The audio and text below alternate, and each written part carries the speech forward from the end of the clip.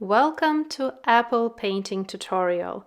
I started with watercolors and finished leaves with graphite pencils. An outline drawing is done, which is available for download. With elastic eraser, I'm removing excess amount of graphite off the paper. Be sure that your graphite lines are super light. Pigments for this tutorial: lemon yellow, Indian yellow, senile red, manganese violet, perylene maroon, perylene violet. First mix: Indian yellow, because this apple has so many yellow pigment in it, together with senile red, and I have this beautiful orange watercolor mix, adding perylene maroon to make it richer, darker. Separately, senile red, and I want to add alizarin crimson. I feel like I'm missing here alizarin crimson quite a lot, so I'm adding two pigments, alizarin crimson. It's a bit cooler red and a little bit of Indian yellow. First mix we have, and painting out on a piece of paper so we can see how it looks on the paper. Adding saturated amount of alizarin crimson to first mix that we mixed, and also perylene maroon. So I'm not even counting in senile red in the beginning. It was a really small amount, but I'm making really bright and saturated watercolor mix. So alizarin crimson, Indian yellow, and perylene maroon for this mix. Third mix: alizarin crimson, a little bit more of alizarin crimson, perylene violet, and Indian yellow. That will be for the shadow parts, the most darkest and most intense, and really need to paint with this mix carefully. Clean pigment lemon yellow separately placed on mixing palette, Indian yellow, and manganese violet also separately, and clean pigment. As I study reference, I notice that I also need permanent rose for more cooler areas. And here are the mixes that we will be using, 3 watercolor mixes for the apple fruit. Applying water with round synthetic brush on the apple surface, on the whole surface. We will apply watercolors first layer on the whole apple fruit surface. Water is just enough for watercolors to be moved. And starting with main watercolor mix that I will be using, which is alizarin crimson, Indian yellow, and perylene maroon, a little bit of senile red and alizarin crimson, separately lemon yellow. I'm constantly checking with the reference. There are some areas that are more visibly yellow, and this apple has a lot of yellow. We will be doing transparent yellow washes again and again during this tutorial, and this apple surface will be based on painting lots of layers. This is really dark apple, and in this reference maybe it's a little bit too dark than it is in real life, but still we need to get this darkness, and I'm not going with the dark watercolor mixes here. I'm going with transparent layers, adding more watercolor mix to the right side, which is completely in the shadow. And I will leave a little gap on the right side at the very edge, a reflected light area. In the reference, in this case, there's no visible reflected light area, but I will leave that because reflected light area is helping our eye understand that the subject in front of us is round. It's going around and it's not finishing where the edge of the apple is. So I like these reflected light areas a lot, and they really make the subject look more rounder. If you like, you can do as it is visible in the reference, but I'm leaving a little gap for the reflected light area. While the surface is still moist, adding more watercolors, especially to the areas that are in the shadow, that are really dark. The upper part, there is the cast shadow of the leaf. There's a really flat looking leaf.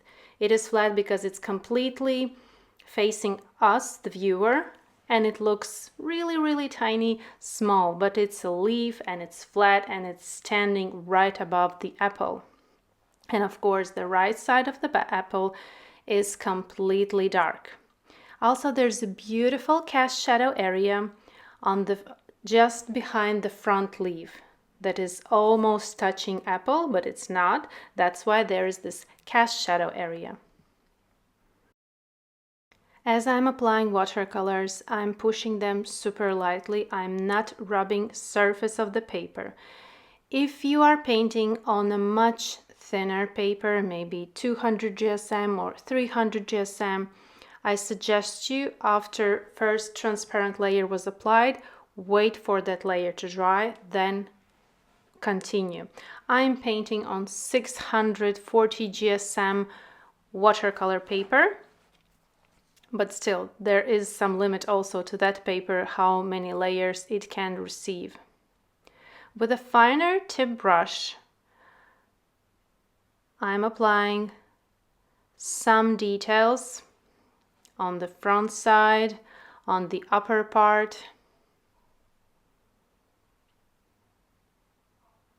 More shadow. And as I'm applying these first layers, I'm really getting to know my subject. Yes, I have looked at it many times on the reference photo, but only when I start to paint, I start to notice that there's some interesting shadow and light area on the upper right side. There's a little part that's in the shadow, then there's a little part that there's light, and the cast shadow again. The more we look, the more we start to see. And I'm painting transparently. Nothing is as dark as we have in the reference. Let's look on the side view. Painting with finer tip brush. And now my layer is dry. I waited a little while, and I will be waiting between layers here to dry. As this fruit is one whole, there are no sections. For example, like flower has a lot of petals, then I can skip from one petal to another, and I don't need to physically sit and wait for some petal to dry. Here I need to do that because I'm not skipping to leaves. I want to get apple fruit as possibly finished as I can before starting to paint leaves. So I will be, after each layer, wait. Here again, upper view, how I'm applying watercolors with finer tip brush on a dry surface. As I load my brush with watercolors, I take a little bit off on the paper towel, which is always in my left hand. I'm right-handed person.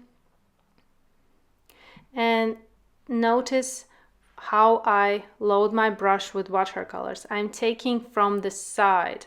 There's a little bit of water, and I'm not going into the most saturated part of watercolor mix. I'm taking from a side, slowly, transparently.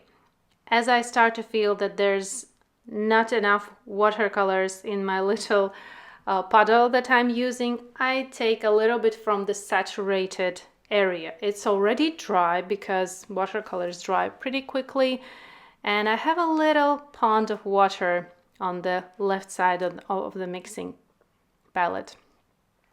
Applying more on the upper part where we have a beautiful cast shadow, and that area is really dark. So a lot of layers.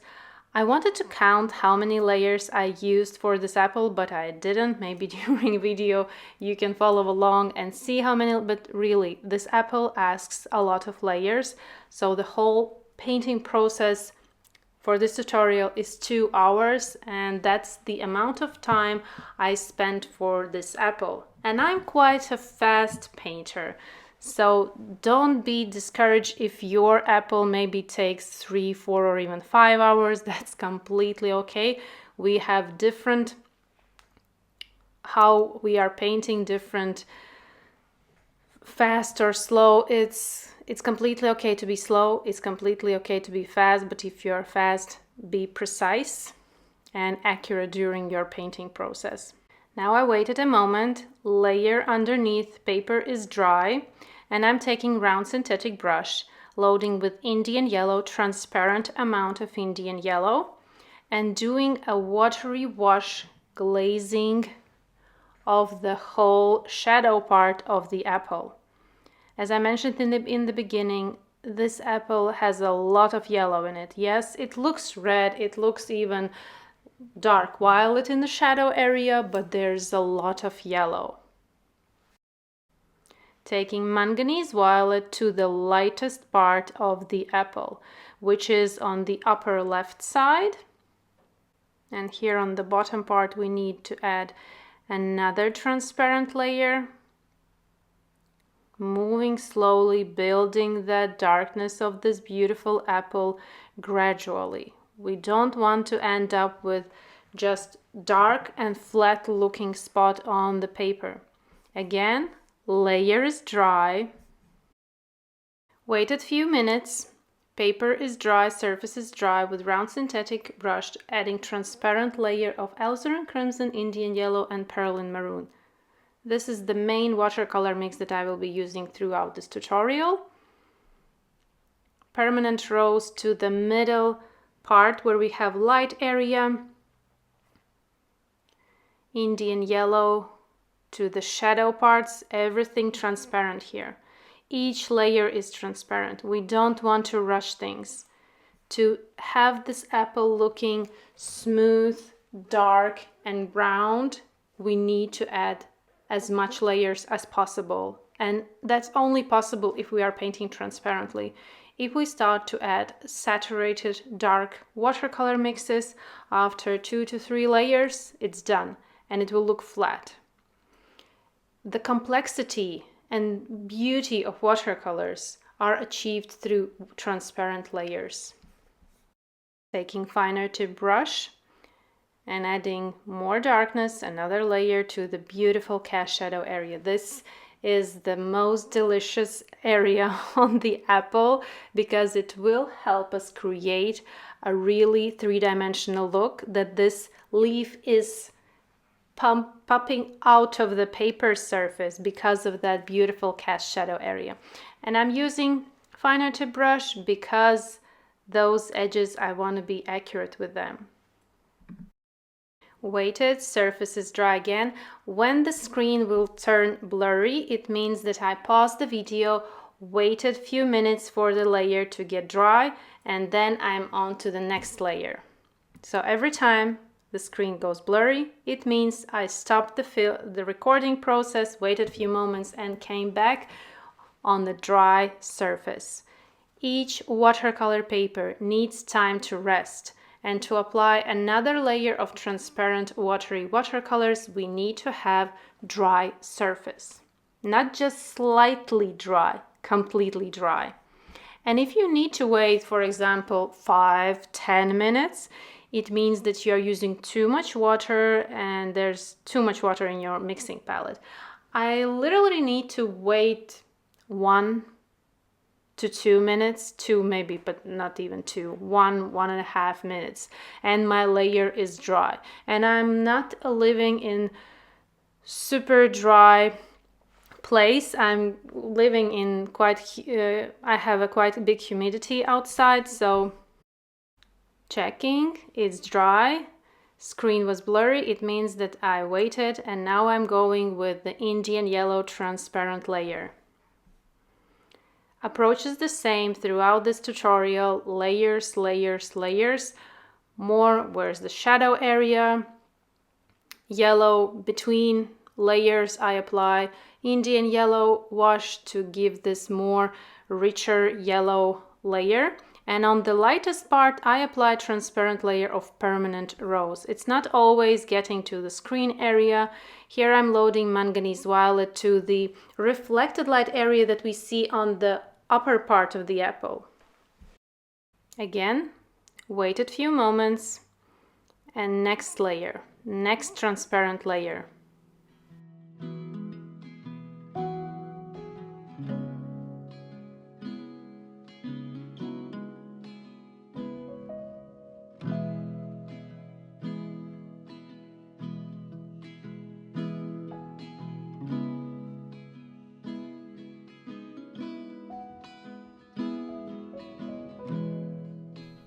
New layer, using round synthetic brush, transparently going over the whole upper part. As I start to establish my tonal values, where are darks and lights, I can transparently go over the whole surface. I will not lose my tonal value areas. Taking finer tip brush and fine brush strokes on the upper left corner. There are visible red lines, some textured lines on the apple surface and also on the lower part, but leave the middle part yellow. We see in the reference photo that the middle part of the apple is yellow.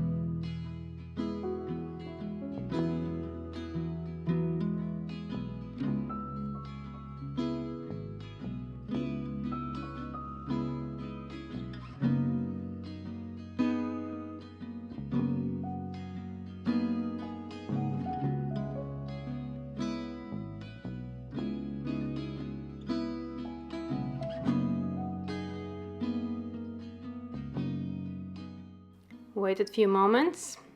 It's dry. With finer tip brush, lemon yellow to the middle part of the apple, which we clearly see is yellow in the reference photo. I'm taking sap green, a little bit from the mixes on my mixing palette, and I have a brown instantly. Red mixed together with green, we get brown color. And I'm adding those little spots that I see on the apple surface in the very front of it, on the left side. And with clean and dry brush, slightly smoothing, blending the applied spots. We don't want to have them super crisp. They are not so crisp in the reference, and it gives more natural look. And applying with round synthetic brush next layer of transparent watercolors. The layer underneath is completely dry.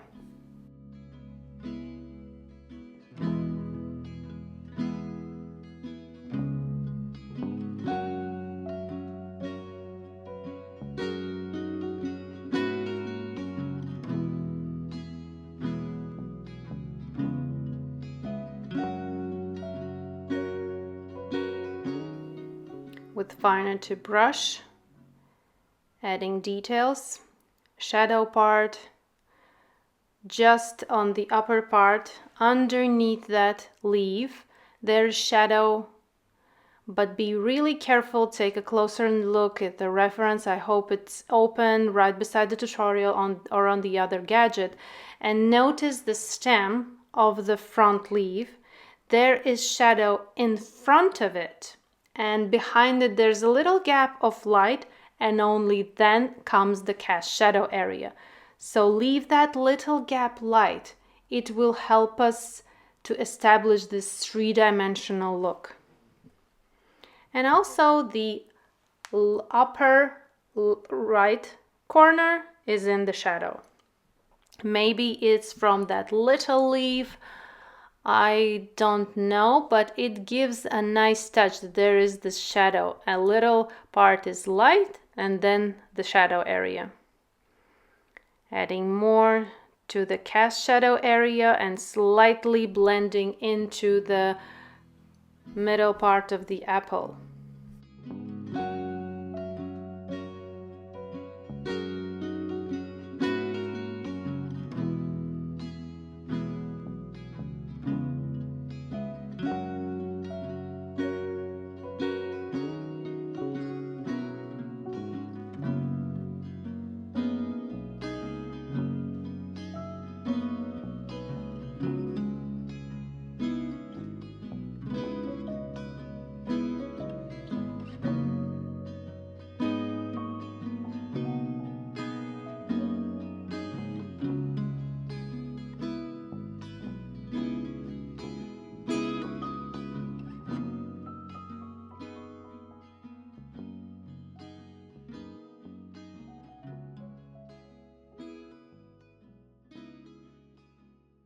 While I wait for the apple to get dry, paper surface to get dry, I'm using the same brown watercolor mix that we mixed for those little spots, and I'm starting to paint stem. We see in the reference, and you need to really zoom closer because only when you are zooming you can see how little there are these darker lines and some even almost black lines of that stem. And if you ever saw a real apple picked from the tree, they have really those stems with little details, not beautiful straight stem, but they have slightly different. And here I'm painting it, the lower part between that flat leaf and apple fruit. There's a super dark stem because it's completely in the shadow, and I'm using brown mix that we have. And also the right side of the stem is in the shadow, left side is in the lighter part. Carefully with the tip of the brush, looking at reference and noticing what I need to add some extra details, extra lines to get that stem looking as it is and also realistic. Adding to the mix ultramarine blue, perlin green, and the red from mixing palette. And I have this super dark gray watercolor mix, which is almost black, but that just enough for some really fine dark lines to get the stem, all the details that we see in the reference.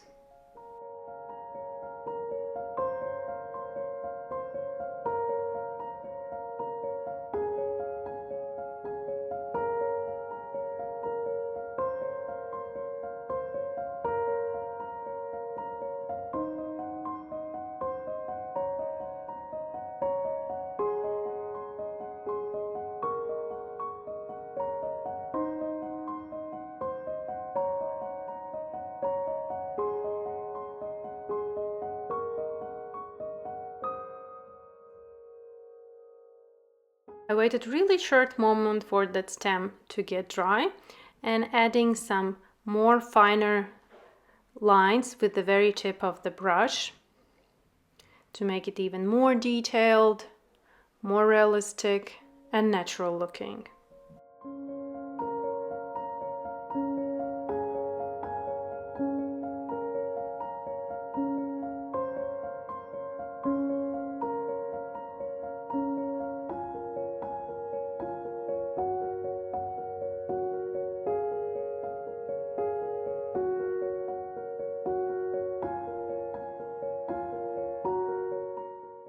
Checking paper, it's dry, taking round synthetic brush, small amount of Indian yellow and doing that glaze watery wash again, only the areas that are in the shadow.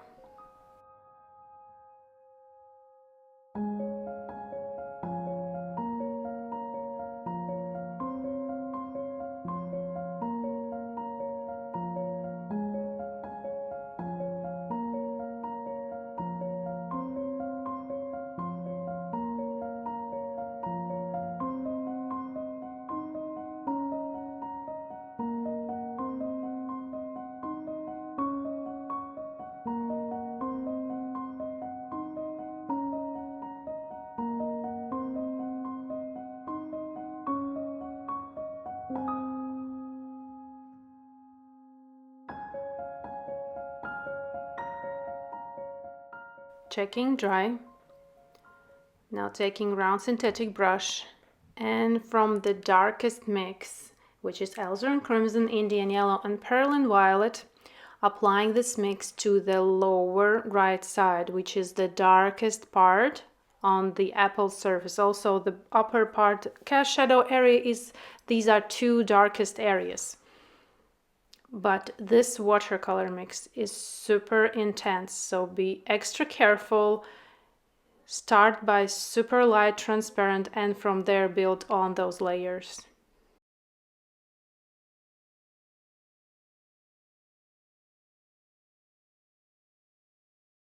Next layer on the dry surface, taking manganese violet, small amount, and applying to the cast shadow in the middle of the apple. The richness of different color tones gives really beautiful, rich, natural look to your painting.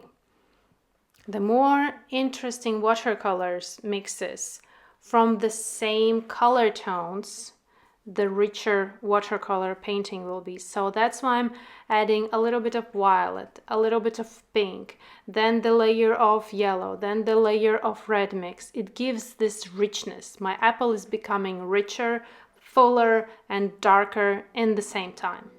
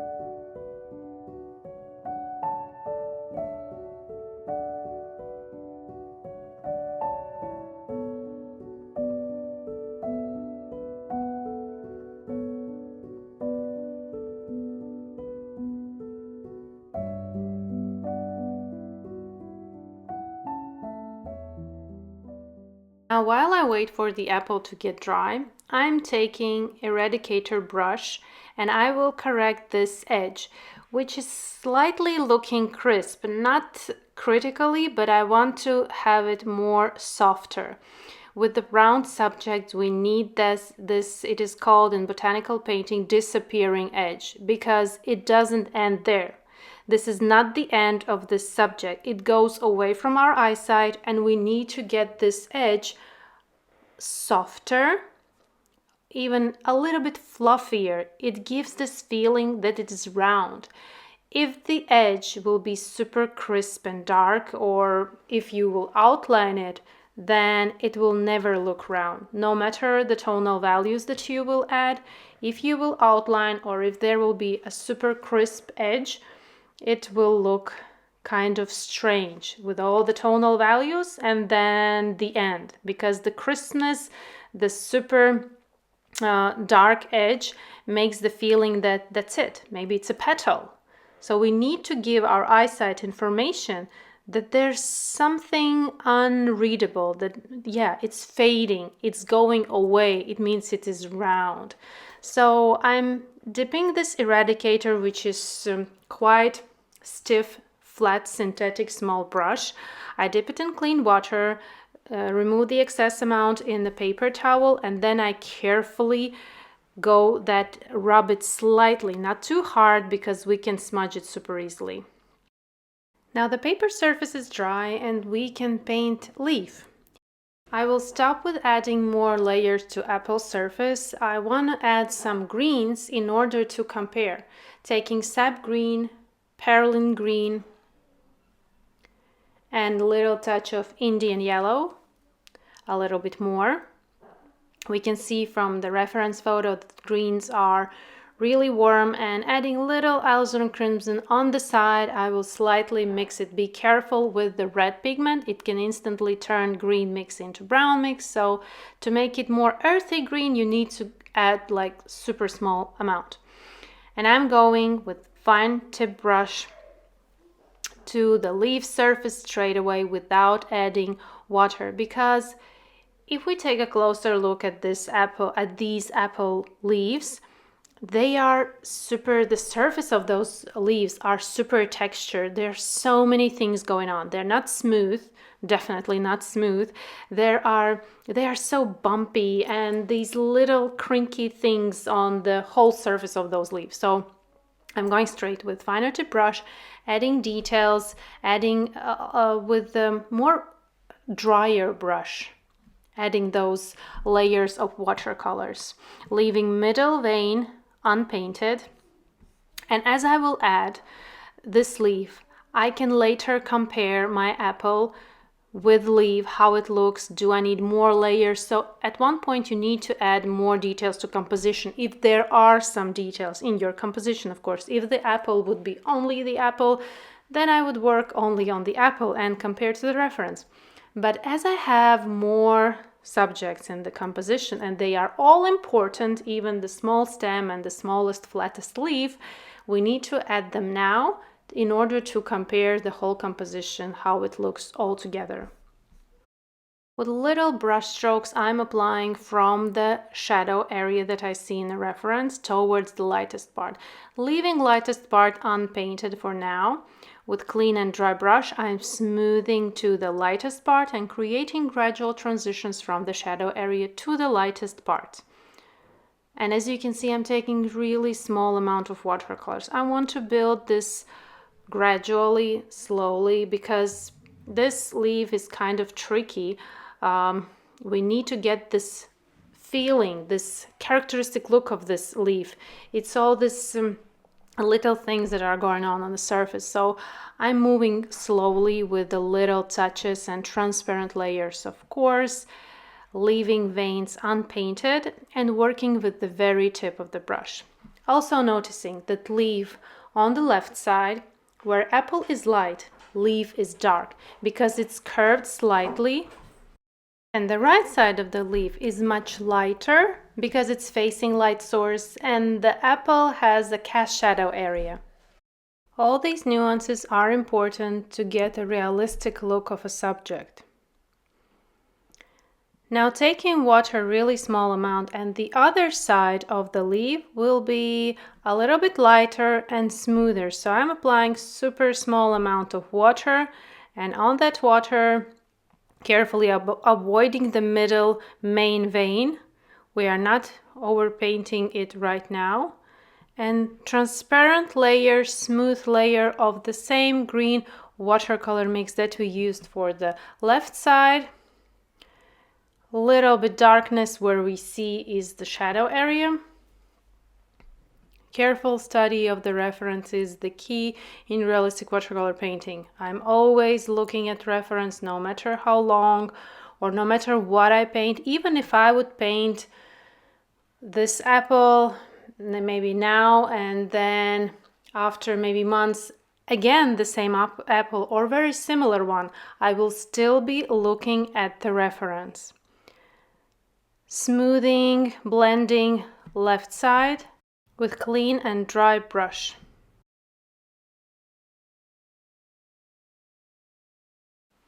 Adding transparent yellow to my mixing palette where we have green watercolor mix, I feel that I'm lacking here some warmth, and transparent yellow goes really nice with green watercolor mixes. So that's why I'm taking transparent yellow and adding it to the shadow areas of the left side, and also in some darker areas on the right side.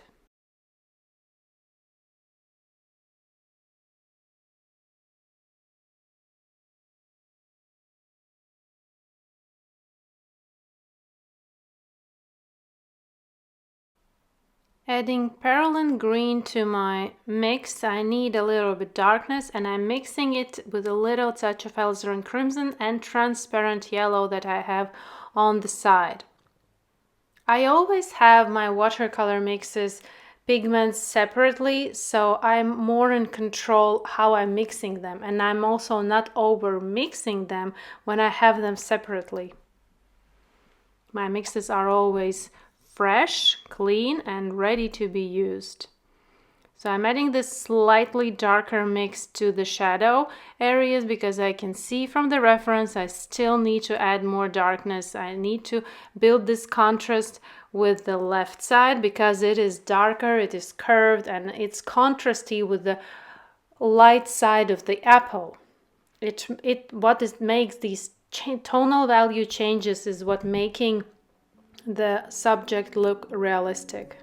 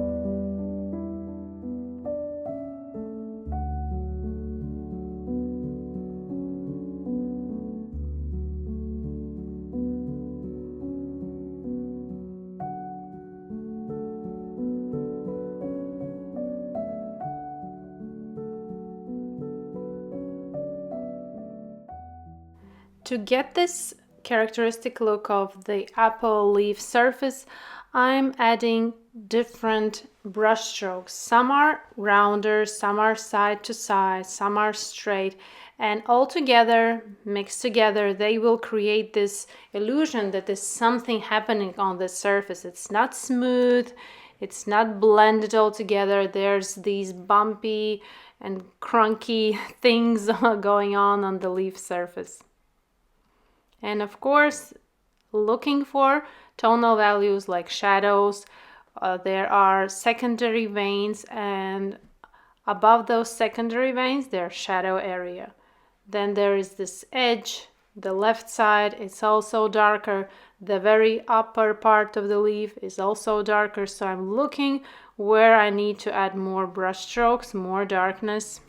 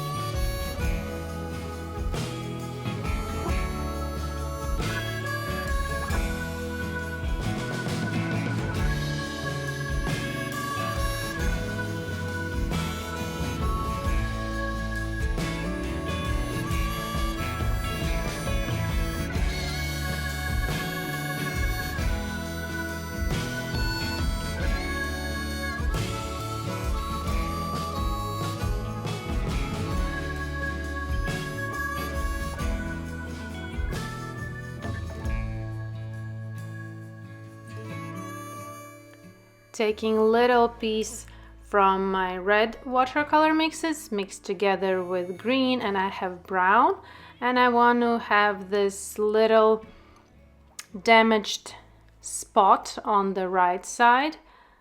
I like little flaws of leaves or petals or fruits. It makes it more realistic, more lifelike. Illustrations are more romanticized, but when we are painting realistic, those little flaws of nature, where maybe bug something eaten or leaves are fading away, it gives this more natural touch. And as I'm applying shadow, I'm also constantly making sure that vein is becoming thinner and thinner. It's super important with leaves to have super fine and thin veins. In this case, these leaves are already getting old, and they are veins becoming even thinner. I added lemon yellow to the side, really small amount of lemon yellow, and go over veins. They are not white, they are a little bit of yellow color. Lemon yellow works perfectly, and as I build layers, I'm making those veins even finer and finer. So with each new brush stroke, the very tip of the brush, I'm making especially middle and secondary veins. I'm not painting even smaller veins, but these two are important to show in order to make that leaf look realistic, and be sure that they are thin. Especially the very end of the vein. It starts thicker, and as it goes towards the end of the leaf, it becomes thinner and thinner, almost disappearing.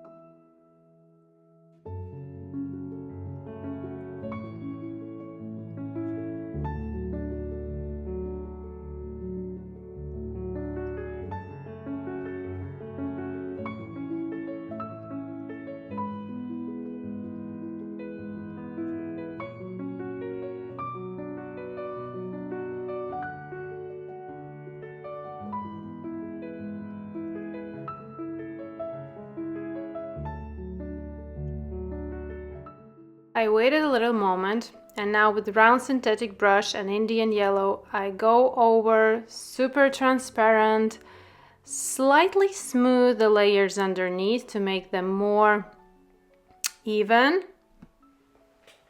but still leaving a texture of that characteristic look of the apple leaf.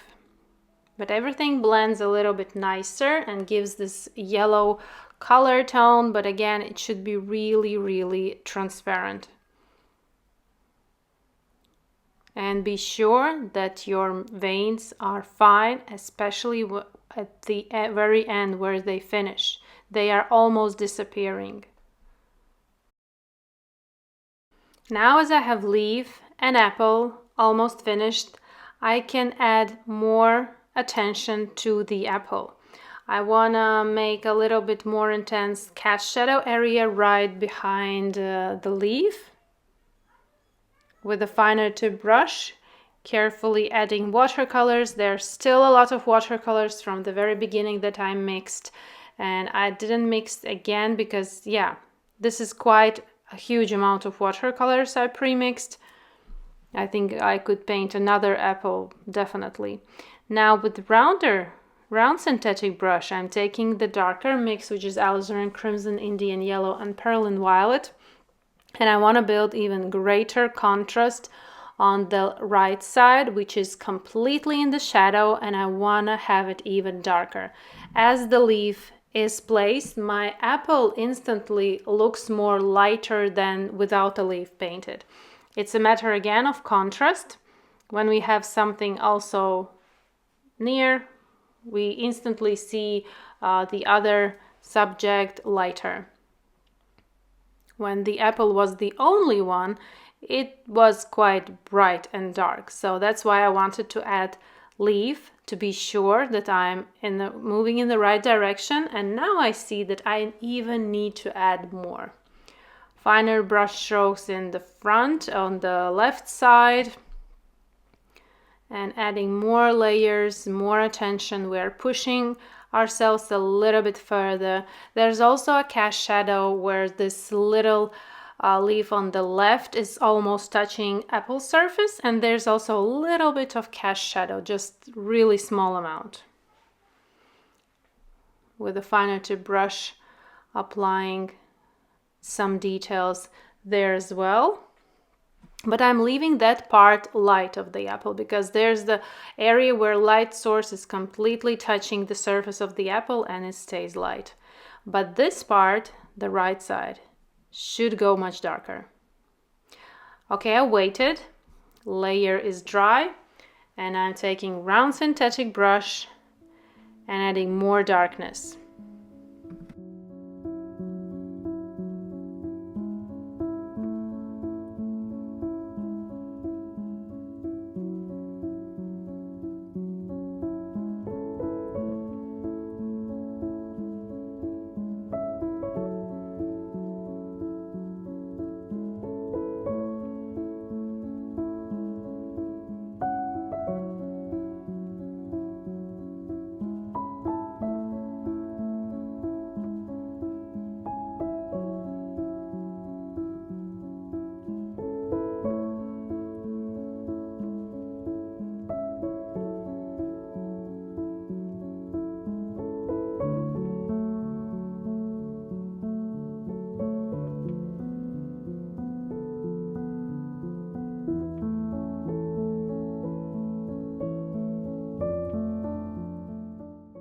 Now let's paint this little leaf. It's little, small, but still important. Every detail in this composition is important. Pay as much attention as you do for the apple, for the littlest leaf. I mixed perlin green together with transparent yellow. Quite dark and saturated, carefully with the very tip of the brush. This leaf is small, but if you look closely, and I hope you are opening reference right beside you, adding more perlin green, and it curves, and there is on the right side darker area. Even in that really dark spot of the leaf, there are some lighter and darker areas. So we still want in this little piece to keep those tonal values in order so it's not just some flat spot there somewhere. And I'm also avoiding middle vein, leaving it super thin. And I will place tonal values. This little leaf is also important. It plays its role in this composition. Again, every detail in the composition is important. If you will hurry some like stems or little leaves, the attention of viewer who will be looking at this painting will be caught by some little flaws. So be really careful with that. You can have a wonderfully painted apple, but if you skip some parts of those little details, they will get the attention of the viewer. Not the beautiful apple, yes, in the beginning, but with realistic painting, people tend to go closer and look for details and say, wow, it's so detailed. And then they see that, for example, maybe stem is poorly painted or this little leaf. It's important to paint everything super accurately and with patience and with love. With the very tip of the brush, I'm painting lower part of the stem for this leaf because it's super thin, and I still want to have one line darker and the upper part of that line lighter. Even in that little part, we need tonal value. Of course, we can't have all tonal values there because it's super small, but still we can have a darker line underneath and a lighter line above. And it will instantly give a viewer of understanding that it's a three-dimensional subject. Lemon yellow for the vein. Again, we're not leaving vein white. It's not white, it's yellowish. And adding more darkness to the right side. Accurately, careful with outer edges. And now a closer look.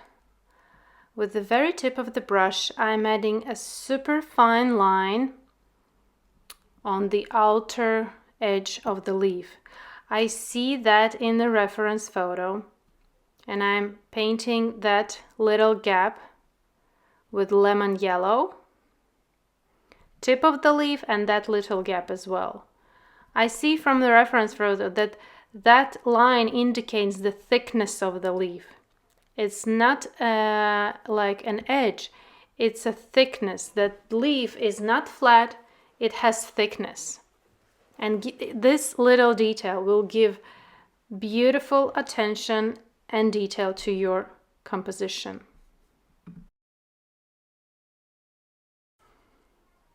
More cast shadow on the upper part of the apple and right under that flat looking leaf. Painting with finer tip brush, super careful. There's little gap between apple and leaf where is stem and just visibly through the back side. So I want to leave that gap. So I'm super careful not to over paint it.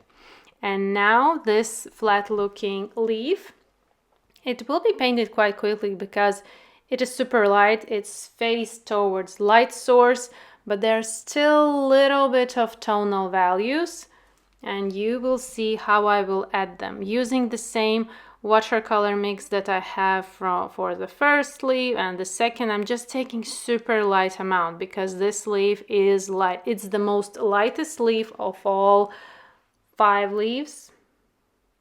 No, sorry, 7. 7 leaves. And it's the most lightest one.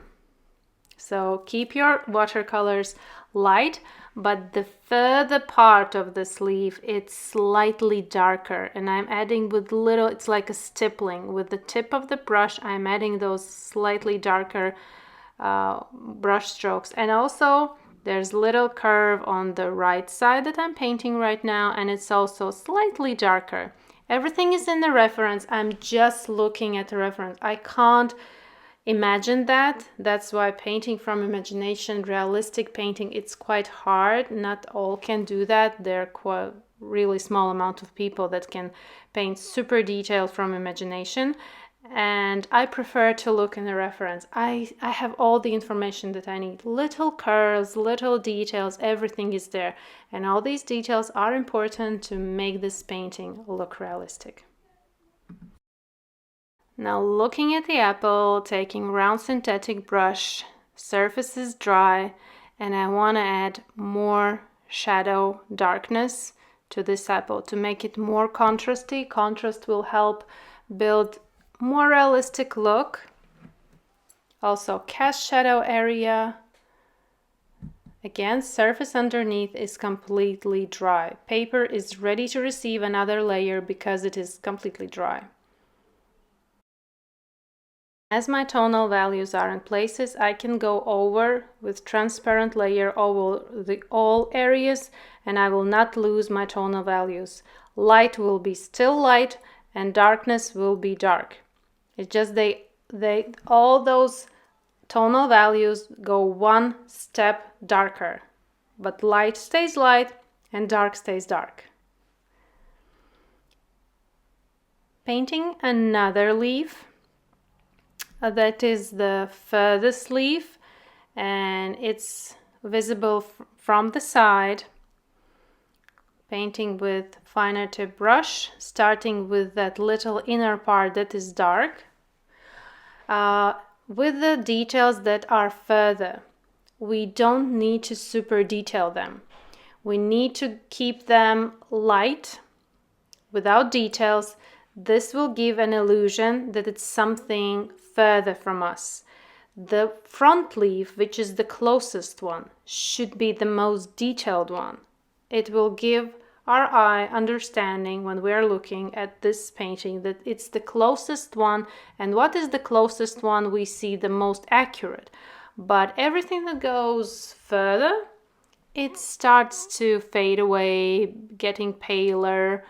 So I'm also painting this leaf quite quickly because few brush strokes, that inner part is darker, outer part, side view is lighter.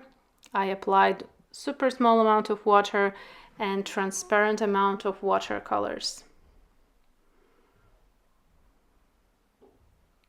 A little bit tonal values. I can see from the reference that I need them. And maybe at the very end I will add some more details to leaves because I will have the whole composition to compare, and then I will decide maybe I need to add more. So I'm not going like 100% finished with each section. I'm leaving little gap for the very last brush strokes.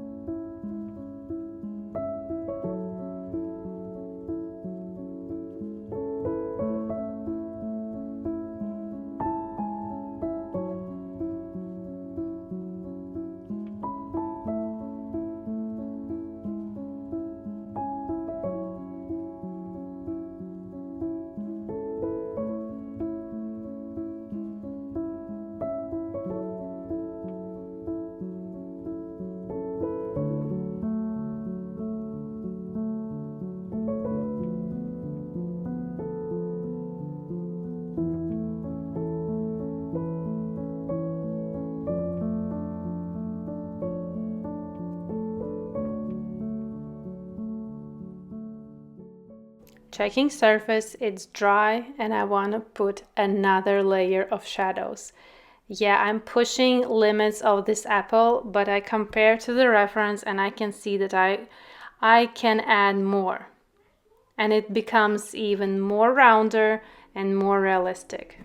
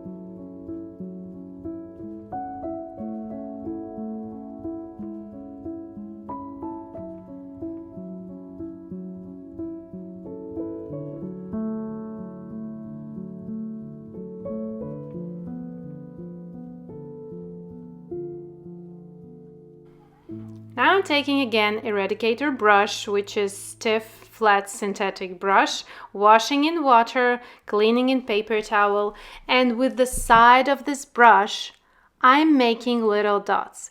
You can see in the reference that this apple has little white yellowish dots. I'm not using white paint, I haven't used masking fluid. I will make these dots by lifting out watercolors from the surface with this stiff synthetic brush. I'm putting it on the side. Each time I'm washing my brush, slightly rubbing surface, and with the paper towel cleaning that little dot. And you can see that light dots start to appear. I like this technique because it looks more natural. Of course, you can use white gouache paint, but you need to be careful. Too much, then those dots will be too bright and not so natural. A little bit too less, they will look kind of gray. I tried to take finer tip brush, but it's not working because the fiber of this finer tip brush, it's too soft. Also, round synthetic brush isn't working like this stiff eradicator brush. It has a little corner like side and it works perfectly. Look how beautiful these super small dots start to appear, and I like the result. I don't need to worry about masking fluid because masking fluid can also leave too big dots. You need to be really extra precise. Maybe take a needle in the masking fluid and then placing it at the very beginning, and then you will be painting whole surface with the masking fluid. But I don't use masking fluid like for a long time. I did it quite a while ago, but I find this technique with the eradicator brush super easy. And yeah, I can do it at the very end when the apple surface is completely done, and I'm going over and placing as much dot as I want. And also, when you are placing those dots, don't make them super even. One can be bigger, one can be smaller, one can be closer, one can be further, there can be 3, then a little bit further 2. Don't make it super like in a chess. 1, 2, 1, 2, 1, 2. Place them chaotic. And you see in the reference, there's a lot of dots.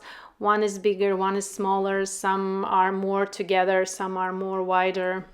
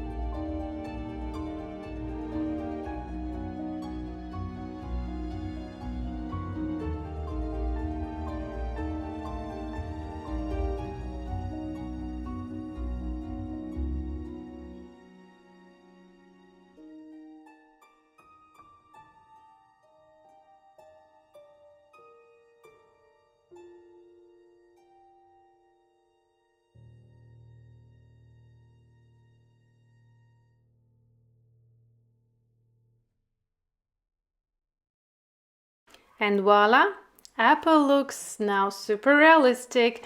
We have those dots, we have tonal values, shadows, lights, yellows, reds, reflected light area. And I think this apple is almost ready. Maybe at the end I will add some details. I don't know right now. I need to finish all composition and then I will see. And for the rest of the leaves, I decided to use graphite pencils. I'm taking 2B graphite pencil and will first apply light layer over the whole area of the leaf. And then, comparing to the reference, I will add details, tonal values, just using pencils. I will be using 2B, 4B, and 2H. With 2H, I find it super nice to smooth the layer. I'm not using blender stick. I'm using 2H and I find it very nice to smooth the layer of graphite. And to get a darker result, I'm using 4B. I will also be using mechanical pencil of 0.9 and 0.3 for super detail because these leaves have texture and we can't have really smooth surface. So using mechanical pencil 0.3 gives me this detailing process. I'm also leaving middle vein, avoiding not toning it, but secondary veins I'm toning over, drawing over. I will take super small eraser and erase those ones. Also, where I need lighter area, I'm taking eraser and erasing. That's the beauty of graphite study. You can use eraser. And to remove some dust, please don't do that with the hands. Take a bigger brush, wider brush, and wipe it off the surface. If you will go in the painting with fingers, you will smudge the graphite.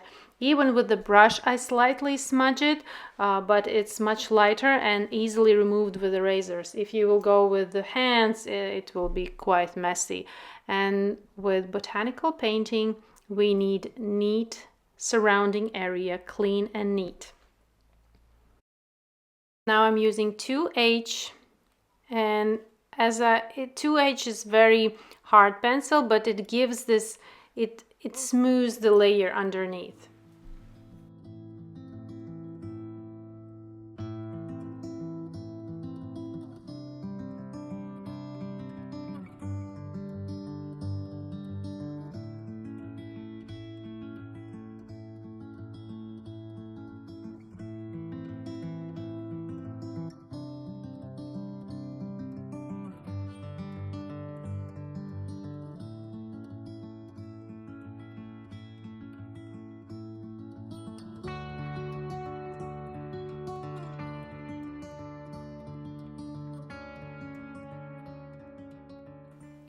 Using 2B pencil for some darker details that I need to add, shadow areas. This leaf is curved and some parts are more exposed to lights. Most of the parts are away from light source, and this is one of the also darkest leaves.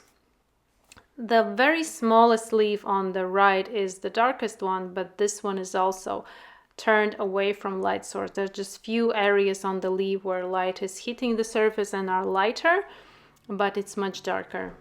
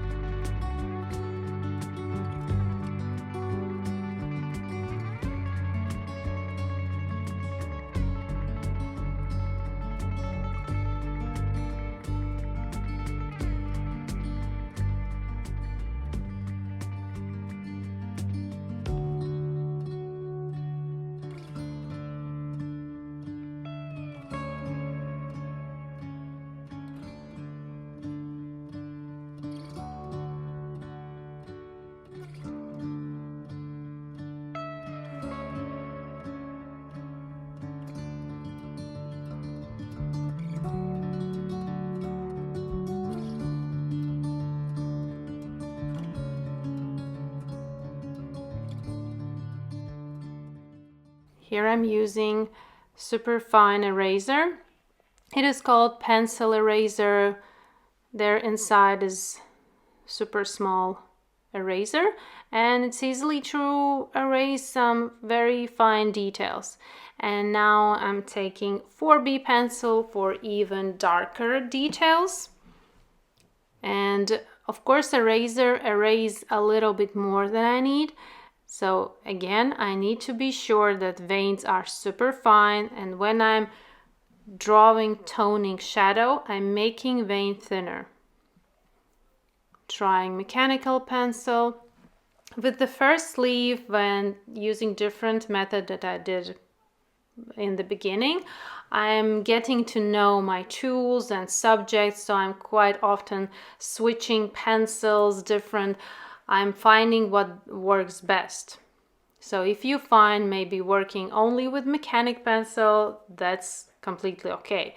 I'm switching and finding what works the best. I need to make fine details, I need to make thin veins, I need to have tonal values, and tonal values I tend to use 2B, 4B, and 2H, and that's enough to make different tonal values. Maybe sometimes need even 5B to make it something even darker, but here 4B works perfectly.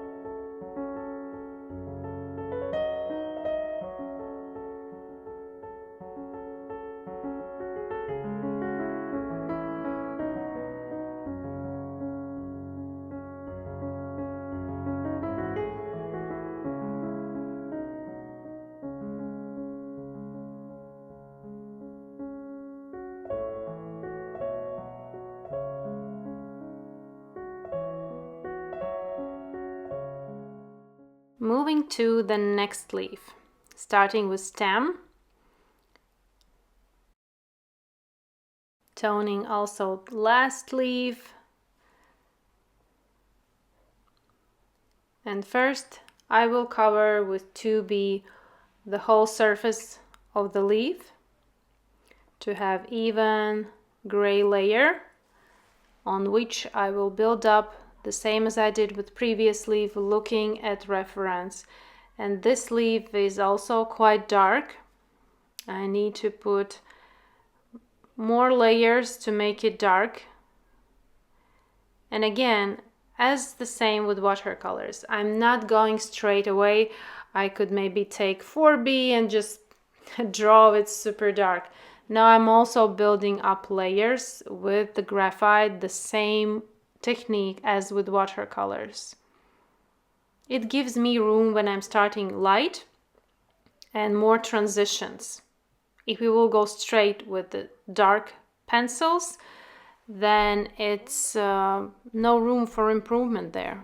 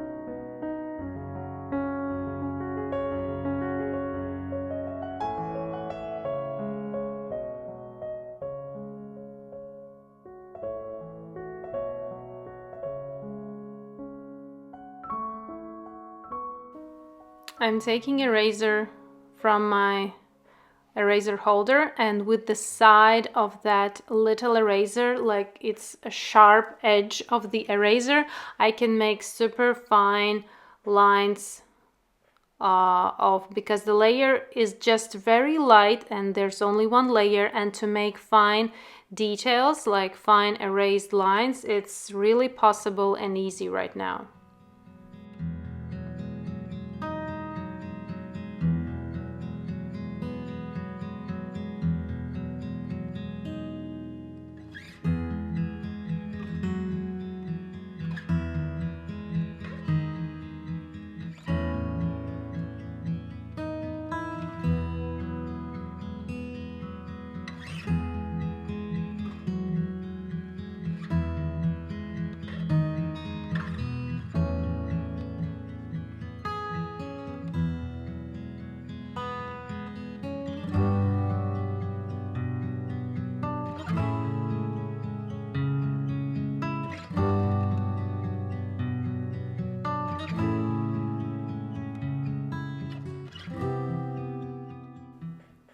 now building tonal values, looking at reference.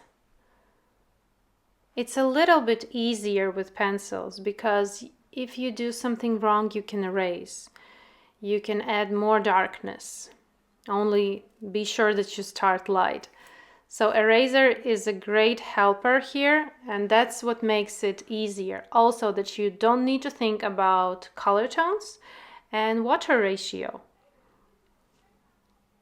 And I love to make something different with tutorial to make it maybe more interesting, and also you can learn more by approaching watercolors and graphites. Graphites are super helpful for realistic painting, no matter the medium. Is it watercolors or oils, acrylics or gouache, even colored pencils?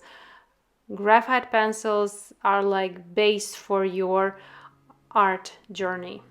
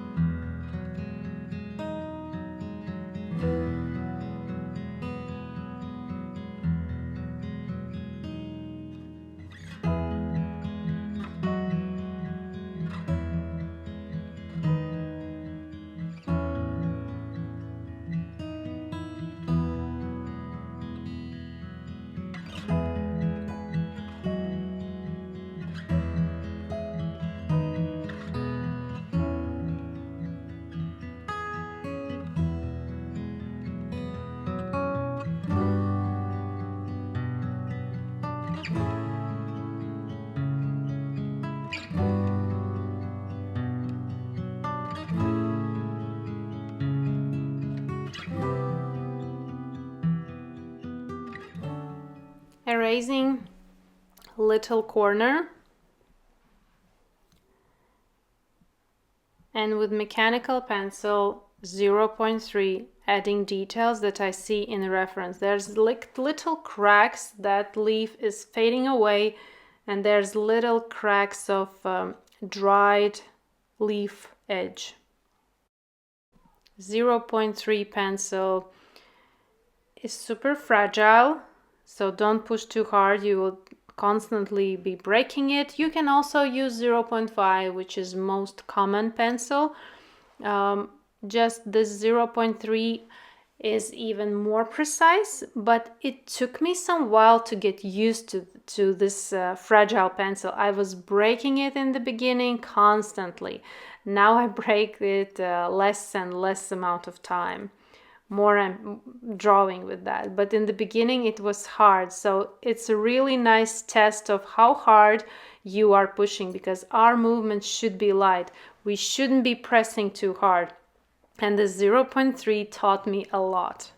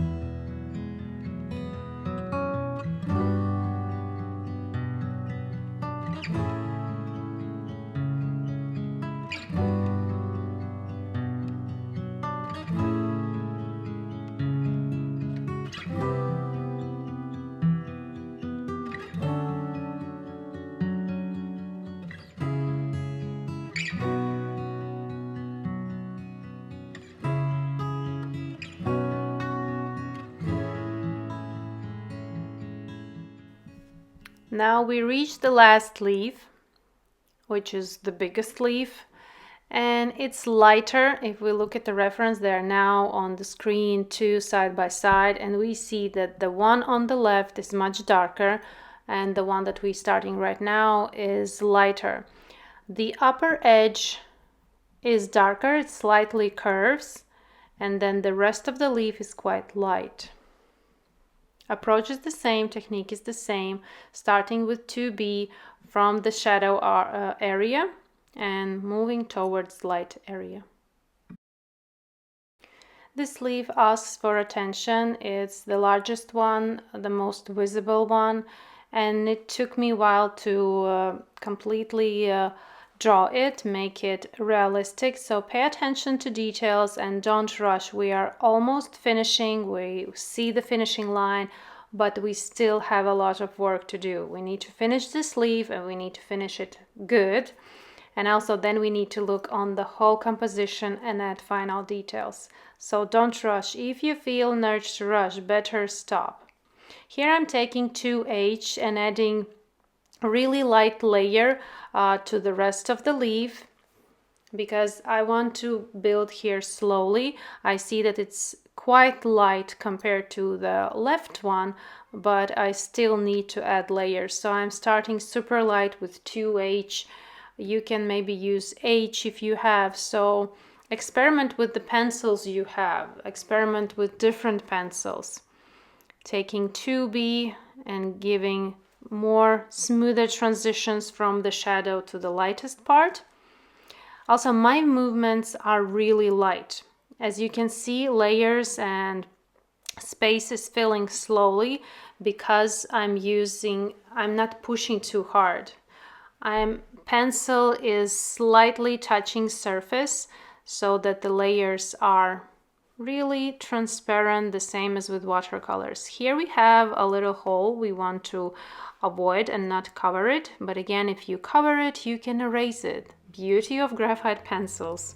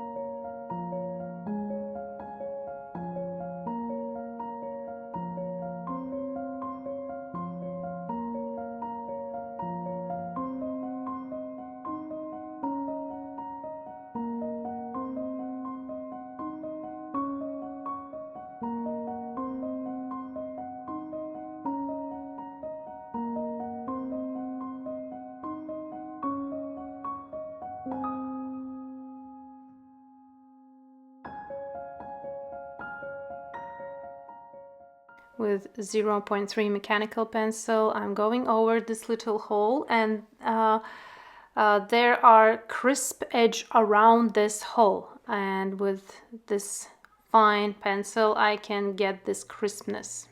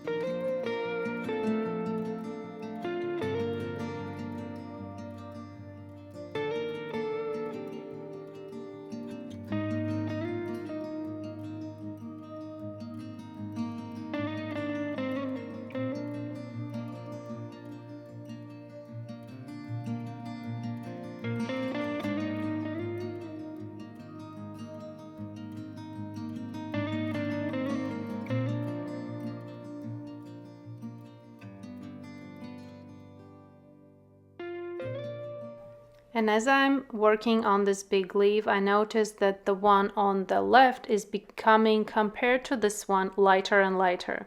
So I'm with 4B pencil adding extra layer to the left one.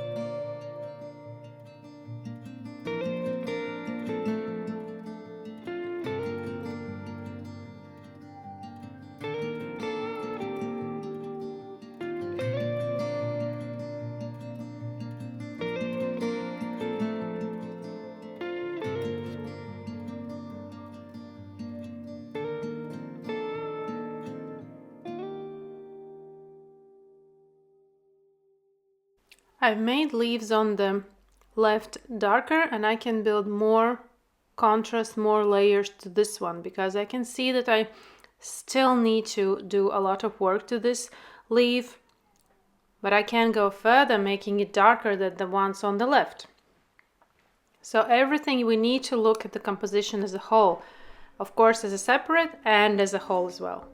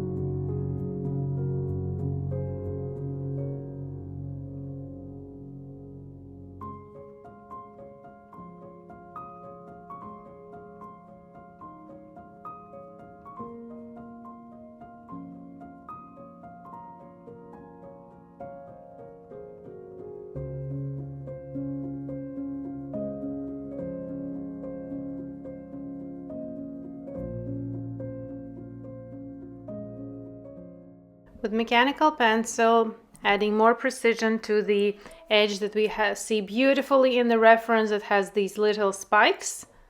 So I'm making more precision right now with mechanical 0.3.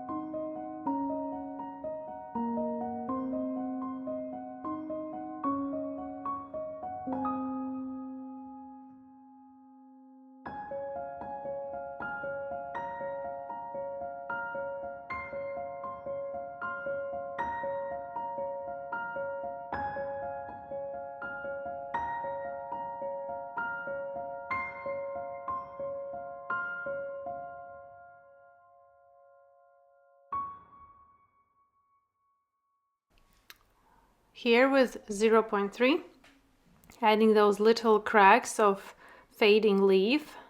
It's beautiful corner, and it slightly curves inside. That's why we are building their darkness on the right outer edge.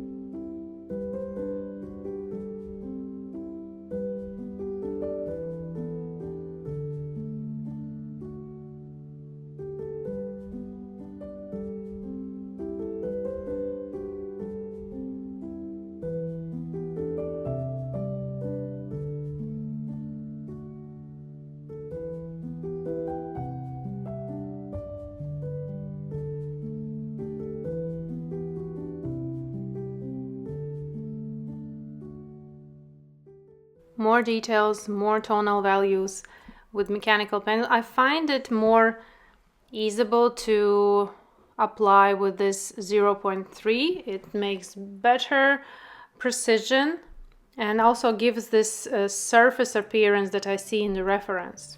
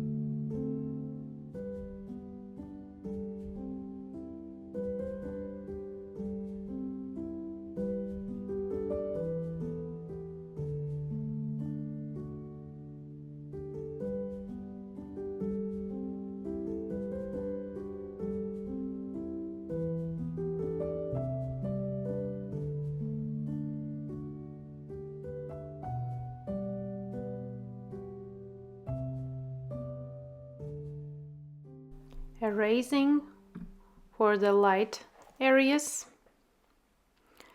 And again, when I'm erasing, I'm not rubbing too hard, just slightly, so that little bit of graphite stays.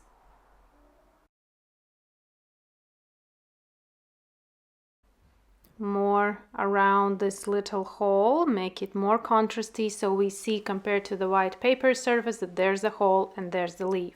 If it's gonna stay pale, then no understanding what's that little spot and what's happening around. So we need to build more contrast in order to have that hole as a whole.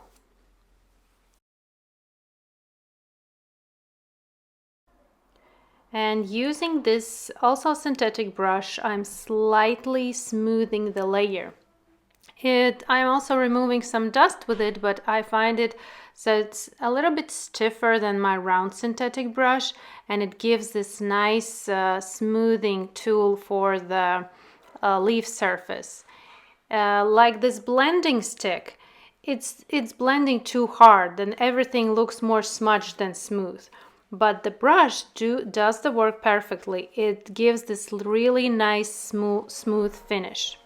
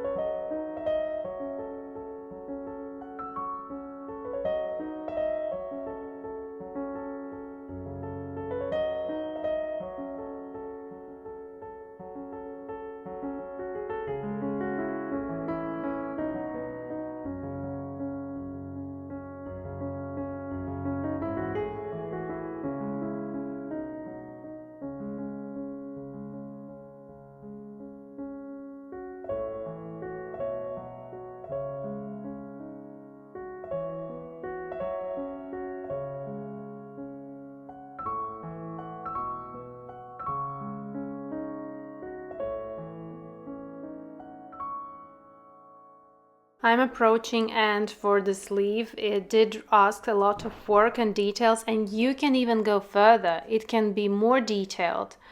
But as I'm closer to finishing part of all this composition, I like to take a photo of my work and put it side by side with the reference.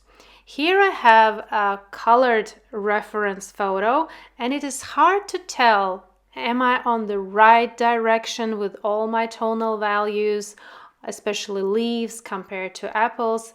Then I take the original reference photo, turn it black and white, and voila, place it side by side with my also turned into mono painting photo. And I noticed that apple is good, the front leaf is also very nice, but the darkest leaves aren't dark enough. They are quite pale, and both upper leaves are quite similar in tonal values. So I'm looking at the whole composition together. I want to add darkness to little green leaves.